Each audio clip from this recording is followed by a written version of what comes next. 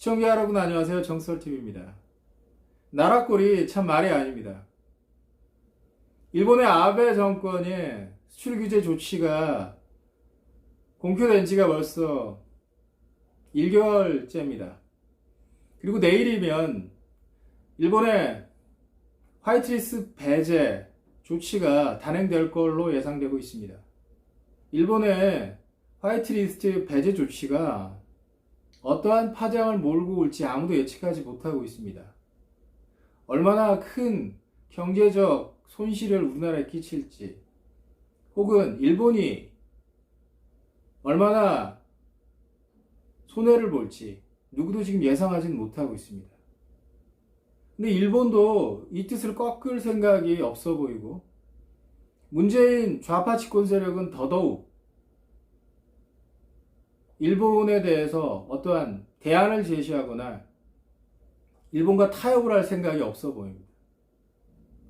문재인 좌파 집권 세력이나 일본의 아베 집권 세력이나 서로 윈윈하고 있다라는 혐한 감정을 이용하는 아베, 반일 감정을 이용하는 문재인 집권 세력, 서로 윈윈하는 윈윈 게임인데,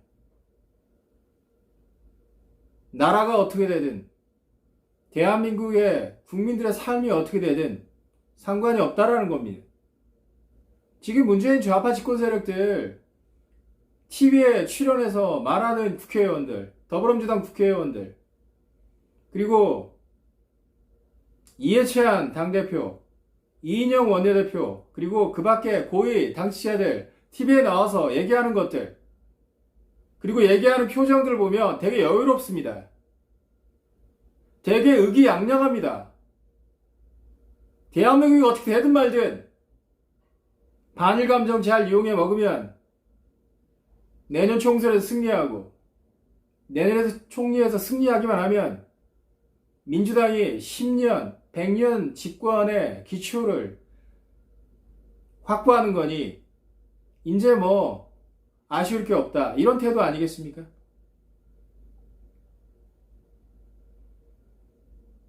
문재인 좌파 집권 세력이 망가뜨린 경제, 안보, 우리나라 국민들이 다 알고 있잖아요.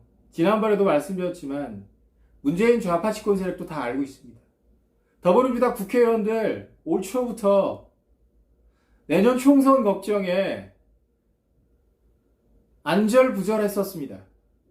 아니, 경제가 이렇게 망가졌는데, 안보가 이렇게 망가졌는데 내년 총선에서 어떻게 이기길 바라겠습니까? 집권 여당이.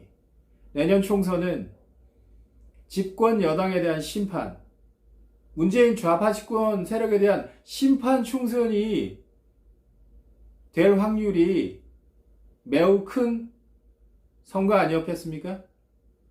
이거는 정치업계에서 ABC 아닙니까? 근데 이거를 일거에 뒤엎을 수 있는 반일 감정을 이용한 되치기 한판이 지금 벌어지고 있습니다. 아니, 반일 감정을 이용해서, 국민들을 이용해서 우리나라 경제가 발전하고 산업이 발전하고 우리나라 부가 증가한다면 그냥 참고 있겠습니다. 근데 이게 아니지 않습니까? 나라 꼴이 어떻게 되든 말든, 나라 경제가 어떻게 되든 말든 집권만 하면 된다. 문재인 좌파 집권 세력이 어떻게 집권을 했습니까? 박근혜 대통령 탄핵의 그러한 어부지리, 그리고 민주노총, 전교조, 좌파 시민단체가 전폭적으로 지지해줬던 문재인 좌파 집권 세력, 과반수도 못 얻었습니다. 42% 남짓 얻었지 않습니까? 어부지리 대통령 아닙니까? 박근혜 대통령이 탄핵이 안 됐으면 문재인 대통령이 집권을 했을까요? 국민들이 알아본 거죠. 평상시 같으면 어린 반푼어치 없는 소리입니다. 근데 그 운 좋은 문재인 좌파 집권 세력 집권에 성공했습니다. 하고 싶은 거 다 했잖아요. 소득주도 성장 실험, 탈원전 실험, 민주노총을 상전 모시듯하는 노동정책, 적폐청산이란 이름으로 보수 정치 세력에 대한 옥죄기, 그리고 내년 총선에서 좌파 집권 세력의 2중대, 3중대를 더 키우기 위한 패스트트랙, 선거제 계약을 위한 패스트트랙 강행, 하고 싶은 거 다 했잖아요, 문재인 집권 세력. 근데 이제 국민들의 내년 총선에서 문재인 좌파 집권 세력 정권 심판론을 이길 수 있는 반일 감정 자극, 자유한국당을 반일 프레임에 가둬서 괴멸 상태로 몰아버리겠다라는 그런 전략. 네, 좋습니다. 근데 이게 어제 양정철 민주연구원, 그 민주연구원이 더불어민주당 128명 국회의원들에게 일괄적으로 보낸 민주연구원의 전략 보고서에 100일하에 공인되기에 이릅니다. 저는 어제 양정철 민주연구원장에 되게 감사함을 느꼈어요. 저는 양정철 민주연구원장이 대단히 치밀하고, 그리고 전략적이고, 그리고 스마트한 사람인 줄 알았어요. 근데 알고 봤더니 허당입니다, 허당. 우리 자유우파 세력, 자유시민, 우파시민, 보수우파 세력들은 지금 민주연구원의 이 얼토당토한 전략 보고서를 가지고 한 달 내내, 두 달 내내, 석 달 내내 물고 늘어져야 됩니다. 양정철 민주연구원장이 꼬리 자르기를 시도하고 있습니다. 자기는 몰랐다는 듯이, 마치. 아니, 118명 더불어민주당 국회의원들에게 민주연구원 이름으로, 명의로, 그리고 대외주의라는 라벨까지 붙인 그 보고서 발송 행위를 민주연구원장이 결재를 안 했단 말입니까? 지금 가장 중요한 한일 관계에 관련된 정치 전략 보고서인데 이게 민주연구원장의 결재가 없이 나갔단 말이에요?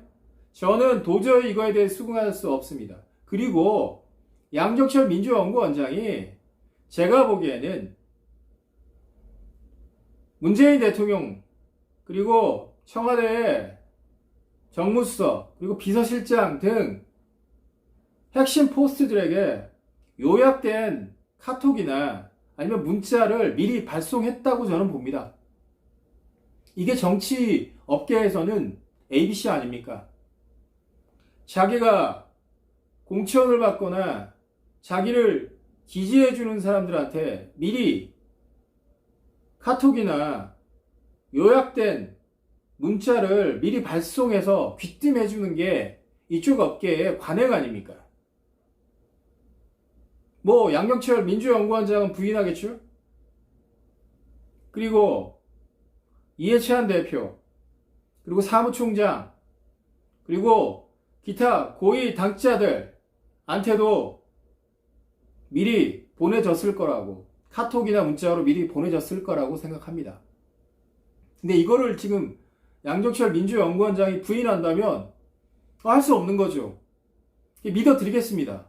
근데 이게 되게 신빙성이 없는 게 양정철 민주연구원장이 그 보고서 작성 관련자, 그리고 보고서 송부 관련자들에게 그냥 주의와 엄중 경고로 끝나겠다는 거 아니에요. 민주연구원이 국민의 혈세가 들어가는 원내 교섭단체 정식 정책연구원 아닙니까? 자유시민, 우파시민의 혈세가 들어가는 연구소예요. 정당 보조금의 일정 부분이 민주연구원에 들어가는 겁니다. 정당 보조금은 국민의 세금이 쓰이는 거 아닙니까? 근데 그 보고서가 한 여론조사 연구 결과, 그 비공식 연구 결과를 무단으로 인용해서 분석한 보고서라는 거 아닙니까? 그러니까 한마디로 도둑질했다는 거 아니에요. 국민의 혈세를 쓰는 원내 교섭단체 정당의 정책연구원이 도둑질을 해서 그거를 자당의 헌법기관인 국회의원들 128명에게 일괄적으로 송부했다는 거 아니에요. 그것도 한일 관계 갈등이 내년 총선에 민주당에 도움이 된다라는 취지의 보고서.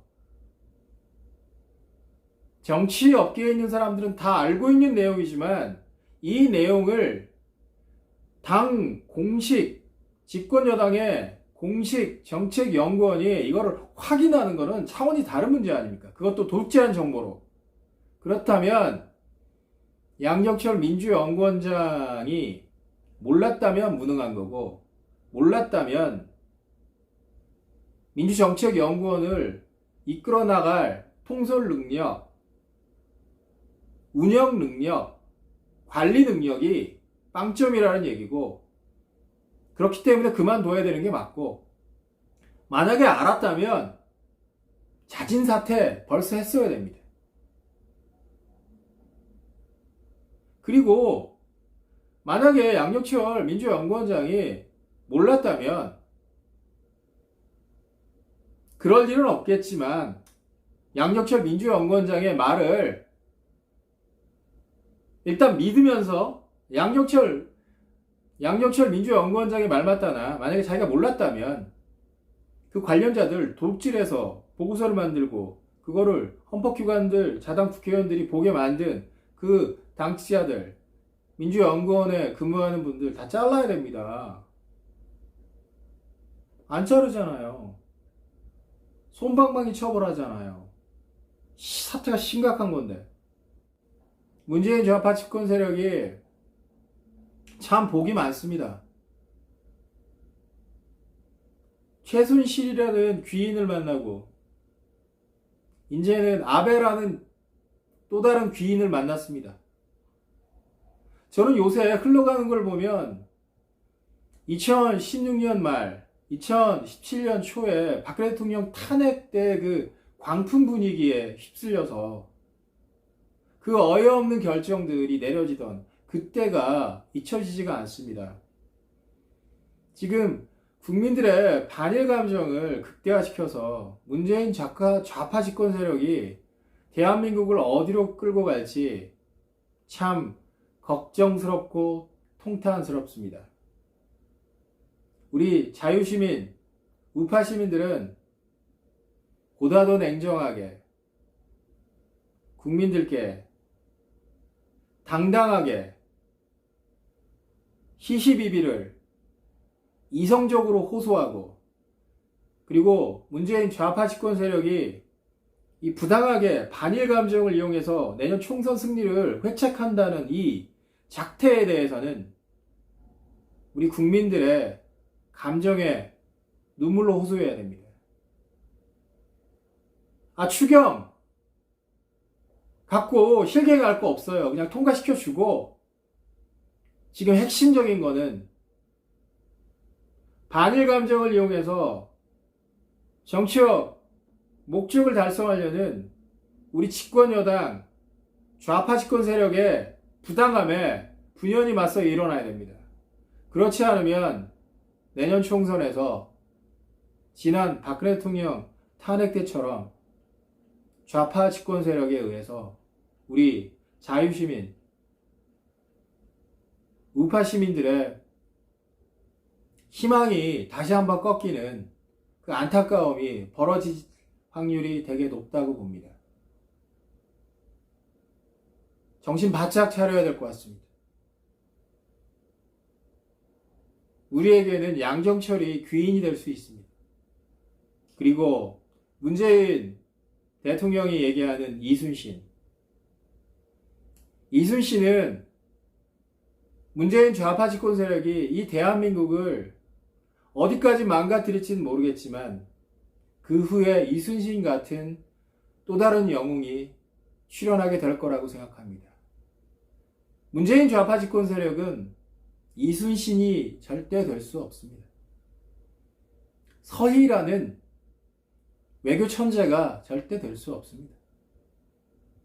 그리고 문재인 대통령은 선조보다 나은 점이 없습니다. 그래도 선조는 유성룡이라는 인재를 알아봤고, 그리고 이순신을 죽이지 않고 끝까지 이용하는 인내력과 전략적 면모를 보여줬던 그런 임금이었습니다. 자기의 왕위를 보존하기 위해서. 근데 문재인 대통령이 선조보다 나은 게 없어 보입니다. 8월 2일 날, 그러니까 내일이죠. 만약에 일본이 한국을 화이트리스트에서 배제 결정을 만약에 한다면 문재인 대통령이 강력한 대일 메시지, 반일 메시지를 담은 대국민 강경 담화를 발표할 예정이라는 소식들이 전해지고 있습니다. 문재인 대통령 그거 아십니까? 지금 온 국민이 문재인 씨에 대해서 얘기하는, 불러주는 그 대통령이라는 그 단어 자체가 친일 잔재인 거 아십니까? 대통령이라는 단어, 미국의 프레지던트를 일본이 대통령으로 번역한 거예요. 일본 한자로. 일본식 한자로 만든 거예요. 그거를 중국도 받아쓰고 우리나라도 받아쓰고. 헌법 개정하세요. 일단 대통령부터 바꾸세요. 지금은 국정을 운영하는 걸 보니까 대통령이라는 거를 그냥 방관자 뭐 이런 식으로 바꿔야 될 것 같아. 그죠? 친일 잔재라니까 대통령 바꾸셔요. 저는 앞으로 문재인 대통령에 대해서 그 대통령자를 친일 잔재이기 때문에 빼고 그냥 문재인 씨라고 부르겠습니다. 빨리 바꾸세요. 그러면 제가 그거 붙여드릴게요. 오늘은 여기서 줄이겠습니다. 감사합니다.